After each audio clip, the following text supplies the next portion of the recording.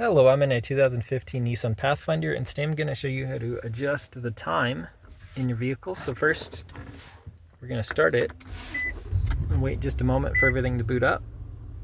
So it should be on now enough. So we're going to change this hours and minutes so it saves. So down here you should see a disc clock button. So you're going to just press and hold that. And then it even says hour adjust, turn to knob. To knob would be this one. So I'm just gonna turn it, up or down depending on what you're trying to get to. I'm gonna turn mine to 12. So I'm at 12.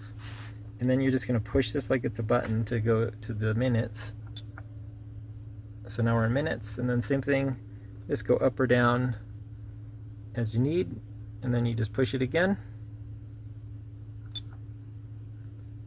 And that's it. I hope that was helpful for you, and hope you have a wonderful day.